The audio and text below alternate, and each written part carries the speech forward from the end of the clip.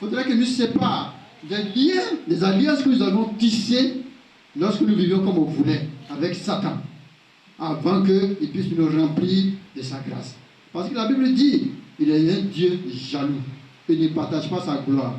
Donc on ne peut pas rester, on ne peut pas avoir des choses comme nous avons ramassé dehors, n'est-ce pas? Et puis lui encore va venir ajouter en nous. Mais si, tu vas dire, mais quelle sera la différence? Quelle sera la différence entre lui, sa gloire, ce qu'il nous a donné, et pour Satan? On ne va pas faire la différence. Et donc, ces stations que nous traversons, ces stations que nous faisons traverser, c'est un objectif. Et ce jour, nous allons voir l'objectif. Mais je vais encore, nous avons vu des stations où il y avait des épreuves, il y avait des épines, voilà, à Sinaï, il y avait des épines à Sinaï. Chaque fois, mais autour, pendant ces stations-là, il y a des révélations qui sortent. Les révélations pour l'obéir, les révélations pour notre ministère, les révélations pour là où Dieu nous conduit. Parce que Dieu ne va pas te conduire n'importe comment. Dieu ne va pas te conduire n'importe comment. Il va te conduire, n'est-ce pas, dans sa voie, mais arriver à un objectif. Pour ne pas que tu te perdes. Alléluia. Et donc nous avons vu des stations. Les stations par lesquelles sont à d'autres stations, il y a des épreuves. D'autres stations où il n'y a pas de il y a aussi la nourriture, il n'y a pas d'épreuve, il y a la joie. Et ainsi de suite. Et comme je disais tantôt la fois dernière, et que pendant la marche chrétienne, parce que cela est illustré avec les enfants de Dieu, lorsqu'ils marchaient avec eux, Dieu faisait venir quoi? La manne, chaque jour. Alléluia. C'est vrai, Dieu est le Dieu de la provision. Mais il y a un moment où il envoie la provision, et il y a un moment où il n'envoie pas la provision. Il y a un moment où il envoie la manne pour que chaque jour tu puisses compter sur lui. Alléluia. Parce que tu amènes la provision. Tout est prêt dans ton réfrigérateur. Tu as l'argent, tu n'as plus, tu ne soucies de rien. Mais il va arriver que lui, tu connais ton cœur, il connaît le cœur. Nous, on se connaît, mais quand il s'en va un peu mettre un peu 10 000 francs, tout ça là, mais à un moment donné, Mathieu, c'est les cuisses de poulet que tu veux manger, c'est un burger, tu vas oublier Dieu. Mais Dieu, il envoie chaque jour un peu, un peu. Alléluia. Il envoie chaque jour un peu, un peu. Et j'en suis témoin. J'en suis témoin. Il ne va jamais t'abandonner. Avant que la nuit ne tombe, tu vas trouver quelqu'un, envoyer quelque chose que tu vas manger. Pour que tu vas, pour qu'il dise, chaque jour se fait sa peine. Et lorsqu'il va commencer, il va finir de te former tout, après cela, qu'il va voir que tu es vraiment formé, tu es vraiment affermi, alors il va faire prévoir la provision. Il va sentir qu'à un moment donné même, tu n'as même pas besoin de prière, les dons vont sortir de partout. Alléluia. Ça, c'est la grâce de Dieu. Et donc, pendant la station, Dieu nous forme. Et je vais encore m'attarder sur Kadesh. Alléluia. Sur Kadesh. Kadesh, je disais la fois dernière que ça veut dire consécration. La station de consécration. La station de sanctification.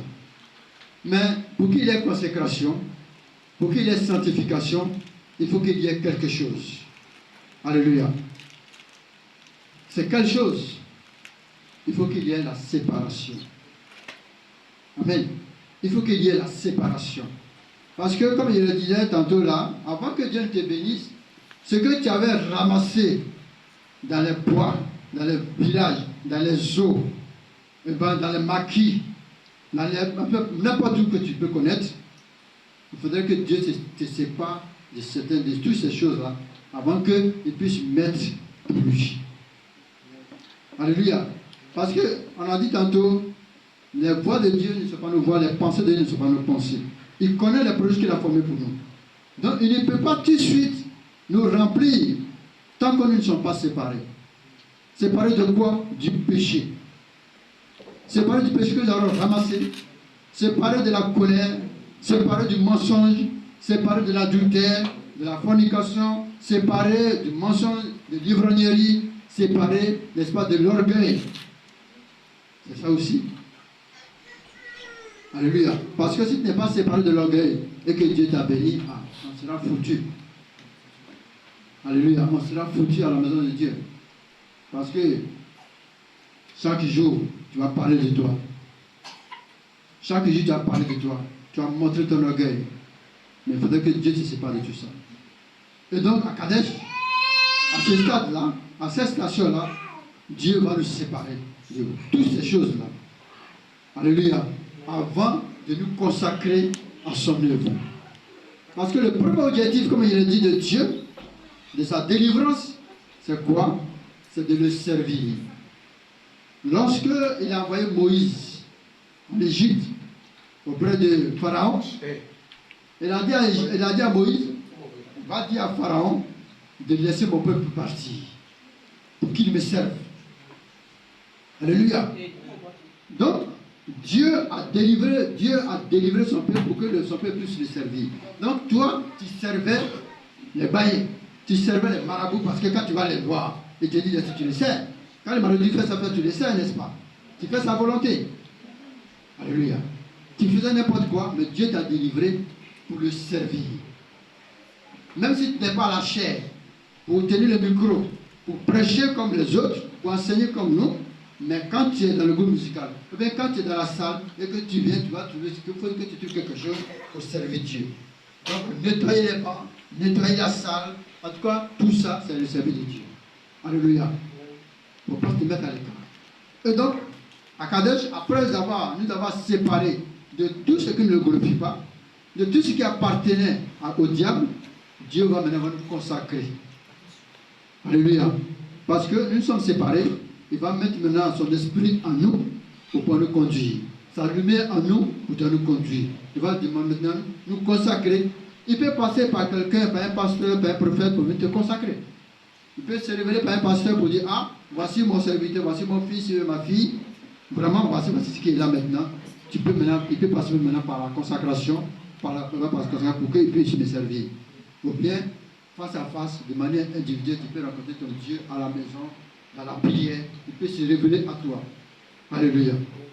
Moi, je me souviens bien sûr, avec mon grand frère Bertin, en 2004-2005, lorsque on a commencé à aller à l'église, parce que nous, on faisait n'importe quoi, en tout cas. Et en 2004, on a croisé une fille qui gérait une cabine, Irma. Et la fille est partie à l'église. Elle partait chez Moïse, comme je disais. Et la fille a dit comme ça, toi, entre vous deux là. Elle a dit à mon grand-père à moi, entre vous deux, j'ai mon mari dedans. Elle a dit, entre vous deux là, j'ai mon mari dedans. Ah. Et elle nous invitait à l'église. Parce que mon grand-père me faisait chaud de n'importe quoi. La concurrence, elle nous invitait. Un mardi, on allait à l'enseignement. Et comme ça, mon grand frère me dit, il dit mon petit frère, il faut laisser ça, moi je vais prendre ça. Donc, il a laissé mon grand frère. Mais c'est que la fille a dit là, aujourd'hui, ils ont 4 enfants, ils se sont mariés. Il s'est rangé. Vous voyez un peu, il s'est rangé. Et en tout cas, aujourd'hui, il a suivi une formation, il est devenu un enseignant. En tout cas, c'est un enseignant dans la République, mais il enseigne la parole de Dieu à l'église. Alléluia. Donc, il y a ces choses-là. Donc, Dieu l'a séparé. Et dans la même année, on va voir tout à l'heure pourquoi on va parler des trajets de la marche chrétienne aussi. Mais dans la même année, il a eu son concours, il est rentré à la fonction publique. Il a fait son mariage, il a pris sa bourse, il a fait son mariage, tout ça. Sa femme aussi avait eu son examen de bac G. En tout cas, ça allait bien. Aujourd'hui, ils sont mariés. Donc, vous voyez ça. Donc, à Kadesh, Dieu va nous ainsi dessus, parce que là, c'est un moment sérieux de notre vie, où Dieu va nous séparer de beaucoup de choses. Et il faudrait qu'après la séparation, parce que quand on parle de séparation, c'est la délivrance. Il faudrait qu'on accepte. On accepte. Il faut qu'on rentre en nous-mêmes pour dire qu'est-ce qui ne va pas, qu'est-ce qui fait blocage. Alléluia.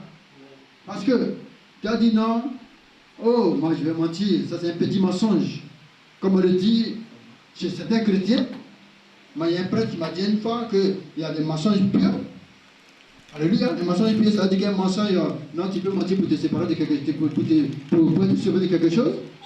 Alléluia. Et moi, en tant que quelqu'un qui a fait la psychologie, il disait non, quand chez nous on a vu ce qu'on appelle le mensonge utilitaire. C'est-à-dire qu'il faut mentir pour c'est utile pour vraiment te sauver d'une chose. Mais après, il y a compris tout ça. Il n'y a pas de petits mal, il n'y a pas de péché mignon. Alléluia, il n'y a pas de péché mignon. Donc il faudrait qu'on soit séparé de tout ça. Un mensonge est un mensonge. Un péché, c'est un péché.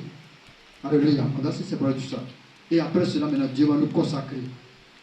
Dieu va nous consacrer parce que après la délivrance, il met son esprit en nous, son esprit qui va nous conduire, qui va nous faire marcher pour nous soutenir dans des difficultés. Voilà pourquoi il y a eu près de 46 stations, mais il dit qu'on ne va pas voir tout ça. Mais nous allons maintenant voir pourquoi, pendant sa marche chrétienne, pendant ces stations, Dieu permet des épreuves.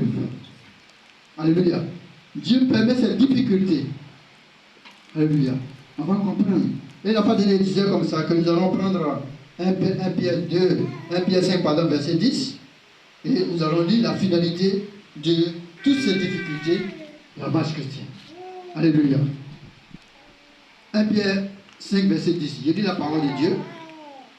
Le Dieu de toute grâce, qui vous a appelé en Jésus-Christ à sa gloire éternelle, après que vous auriez souffert un peu de temps. Alléluia. Après que vous aurez souffert pour un peu de temps, je vais m'arrêter là un peu. Vous avez compris? Ici, Pierre parle de souffrance. Donc on est venu à Christ, on va souffrir. Mais pour un peu de temps, parce que Dieu ne va pas permettre cette souffrance éternellement. Alléluia. Il dit, après que vous aurez souffert un peu de temps. Et avant de revenir là, je vais aller à 1 Pierre 4. 1 Pierre 4, je pense que c'est ça. Et je vais revenir là tout à l'heure. Ainsi, Christ ayant souffert dans la chair, vous aussi, armez-vous de la même pensée, car celui qui a souffert dans la chair en a fini avec le péché, afin de vivre non plus selon les convoitises des hommes, mais selon la volonté de Dieu. Pendant le temps, tu les laisses à vivre cette terre. Mais il y a quelque part de souffrance. Il y a un peu vite. C'est assez en effet d'avoir, dans le temps passé, accompli la volonté de Dieu, des païens, en marchant dans la dissolution, la convoitise du grenier, tout ça, ainsi de suite. Il y a un peu. Ainsi trouve-t-il étrange que vous ne vous précipitiez pas avec eux dans le même débordement de débauche et ire. Moi, c'est pas là qui me concerne, excusez-moi. Excusez-moi. Voilà. Avant tout, ayez les uns pour les autres. Non, je ne pense pas que ce soit ça, excusez-moi. Mais il y a un verset qui s'appuie sur ça. Allez. Verset 14. 1 Pierre 4, verset 14. Après, il y a revenu de l'autre côté. Si vous êtes outragés pour le nom de Christ, vous êtes heureux, parce que l'Esprit de gloire, l'Esprit de Dieu repose sur vous. Alléluia. Mais si quelqu'un souffre, verset 16, mais si quelqu'un souffre comme chrétien, qui n'en ait point honte, et que plus de il glorifie Dieu à cause de ce nom. Alléluia. Et maintenant, au verset 10, il dit, après que vous aurez souffert un peu de temps. La fois dernière, il dit que si tu as souffert parce qu'une fille t'a trompé, ou bien une fille a cassé ton cou, comme on le dit chez nous, et que tu penses que tu souffres, ce n'est pas de cette souffrance que Dieu parle. Alléluia. Ce n'est pas de cette souffrance que Dieu parle. Mais si tu souffres à cause de son nom, si tu souffres parce que tu as accepté Christ et que tes parents t'ont rejeté, ton entourage, tes amis t'ont rejeté, alors il faut rendre grâce à Dieu. Alléluia. À moi, on était en terminale, on avait un ami, Hervé, on faisait n'importe quoi, on chauffait, tout ça. On était bien. Quand nous sommes arrivés à Abidjan, on l'a évangélisé, il a changé de vie. Il est devenu chrétien. Nous, on l'a rejeté. On a dit, mais toi, tu es jeune, quand tu es devenu chrétien, on l'a rejeté. Mais on ne sait pas ce qui s'est passé. Et il est redevenu encore dans notre camp. Quand il est venu, on l'a accueilli, on l'a applaudi, on a organisé tout, il a maquillé. Alléluia. On croyait qu'on faisait bien. Mais Dieu merci, il est revenu encore à Christ. Amen. Donc, la souffrance dont Dieu parle, ce n'est pas que cette souffrance que nous voyons là, mais à cause du nom de Christ. Alléluia. Donc il dit, après que vous avez souffert un peu de temps, vous perfectionnera. Premier point. Pourquoi Dieu nous fait passer par ces souffrances, par ces difficultés? Premier point, premier objectif, vous perfectionnera lui-même, donc Dieu lui-même par son esprit. Deuxième point, vous affermira. L'autre point, vous fortifiera. Quatrième point, et vous rendra inébranlable. Quatre choses dont Pierre parle ici, c'est pourquoi nous traversons toutes ces difficultés, c'est pourquoi Dieu permet que nous souffrons. Parce que dans le désert, Dans la marche chrétienne avec Dieu, il y a une formation. Vous allez prendre. Il dit, après que vous aurez souffert un peu de temps, premier point, Dieu vous perfectionnera, va nous perfectionner pour sa connaissance, pour avoir le discernement, pour avoir les dons, parce que s'il n'a pas le don, il n'a pas le discernement, il va marcher dans les vies, dans le noir, dans les ténèbres. Donc vous perfectionnera lui-même, vous affermira, nous rend fort, nous affermira, nous enracinera dans sa parole. Alléluia. Vous fortifiera, donc nous fortifier. Fortifier où? D'abord dans notre âme, parce que la fin de disait que l'âme est le siège des émotions. L'âme fait la guerre à la chair. Beaucoup de choses se passent. Alléluia. Si on vous enseigne sur l'âme, je pense que vous-même, vous serez remplis et puis vous saurez comment marcher. Si on prend le côté, comment on appelle la psychologie, la conscience de l'âme, la conscience sur l'âme, et puis on prend encore dans la Bible, de manière spirituelle, je pense que vous aurez gagné tout. Mais que Dieu nous fasse grâce parce qu'un jour, on peut venir dessus. Parce qu'il faudrait qu'on soit enseigné. Alléluia. Donc, on va nous fortifier. Si on est fortifié, la guerre que la chair va faire à l'âme, on va vaincre cette guerre-là. Alléluia. On sera plus conduit par les émotions, mais on sera conduit par l'Esprit de Dieu. Donc, nous fortifiera. Et le dernier point, il nous rendra inébranlables. C'est-à-dire, on est devenu fort, on est affermi, on est perfectionné. Et donc, quel que soit ce que nous allons traverser, quelles que soient les épreuves auxquelles nous ferons face, on sera inébranlable. On sera vraiment, comme ce politicien voulait dire, les gens voulaient dire avec, par rapport à leur gars, qui est indéboulonnable. C'est là, non? On ne peut pas le déboulonner. On dit, voilà, c'est là, il est c'est pas comme boulon, un démon, s'il vous plaît. Un déboulonnable, un truc comme ça. Donc, on peut dire, si on est enfermé, on est assis, rien. Quelque chose va arriver, les trucs vont arriver, on dit, ah, ça, j'ai déjà connu ça.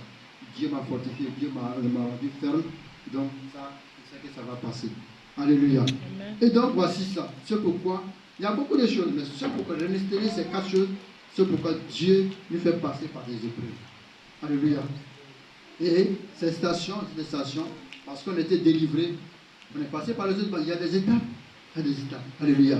Et donc, cela dit, tout à l'heure, permettez-moi 5 minutes avant de venir aux questions et aux contributions. Cela dit, voici tout ça. Aujourd'hui, le Bible dit qu'on a fini ces stades. Alléluia. Mais, dans la marche chrétienne aussi, il y a des choses qu'il faut connaître.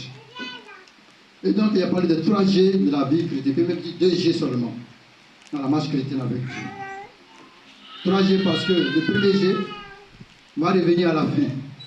Amen. Et nous allons prendre l'exemple de Jésus et l'exemple de Job.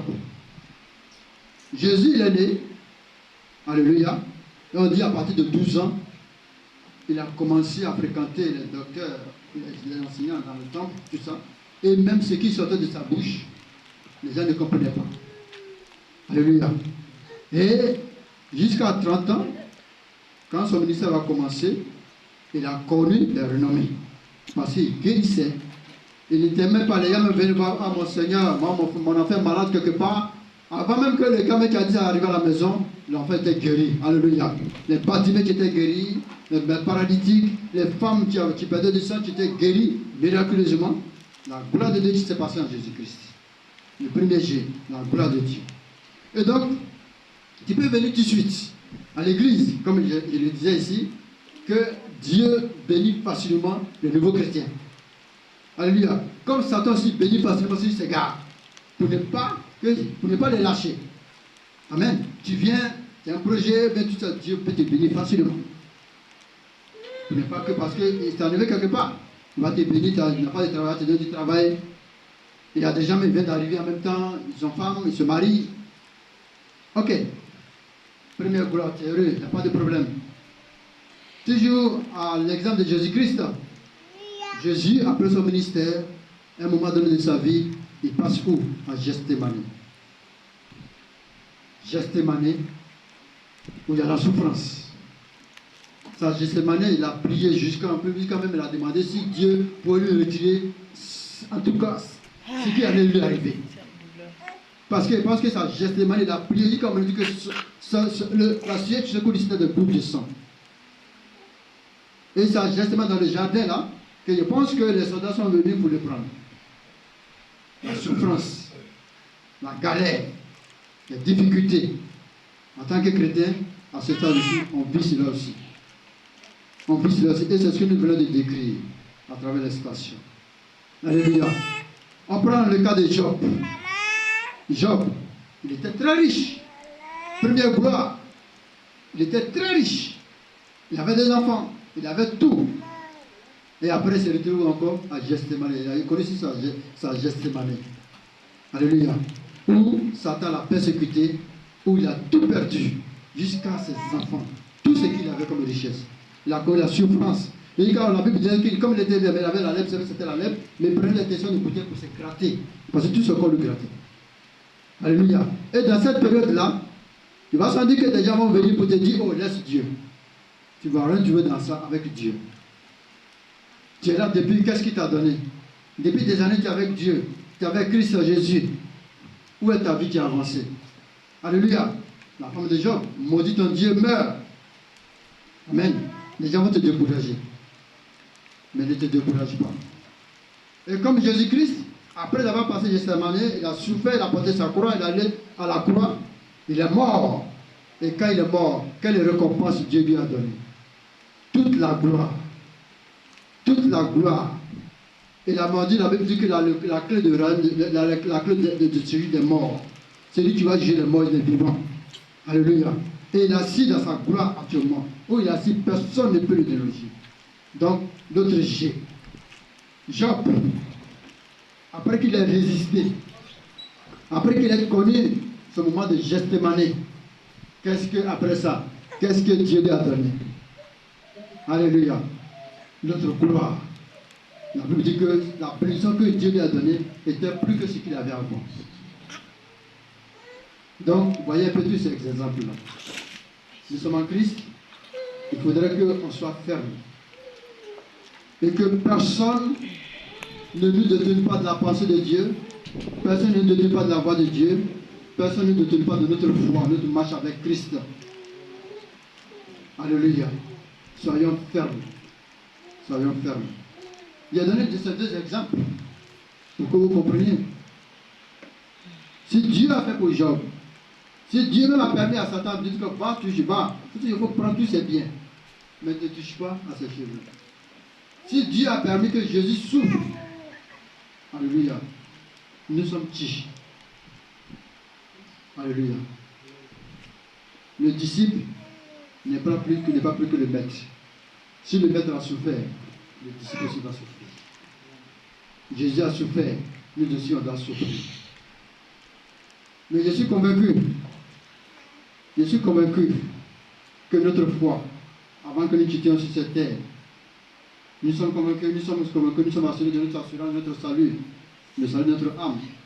Mais je suis convaincu qu'avant que nous quittions cette terre, ce que nous cherchons, ce que nous avons demandé à Dieu, nous allons voir ça. Alléluia. Parce que c'est sa parole. Il a dit chercher vraiment le rang des cieux. Lorsqu'il verra qu'il n'y a plus d'orgueil en nous, il n'y a plus de méchanceté, il n'y a plus de péché, il n'y a plus de, comment on appelle, de mensonge, il n'y a plus de cupidité, l'amour d'argent, il n'y a plus cela en nous, et qu'il va croire que maintenant nous l'appartenons totalement. C'est que nous allons demander de donner ça comme le fil de roulette. Alléluia. Donc, tenons bon. Tenons bon. Tenons bon. Dimanche prochain, nous parlerons, n'est-ce pas, des qualités, des vertus. Cette qualité de vertu, la première recherche, de la marche chrétienne, de vie chrétienne avec Christ. Que Dieu nous bénisse. Nous sommes aux questions, réponses ou aux contributions. Alléluia.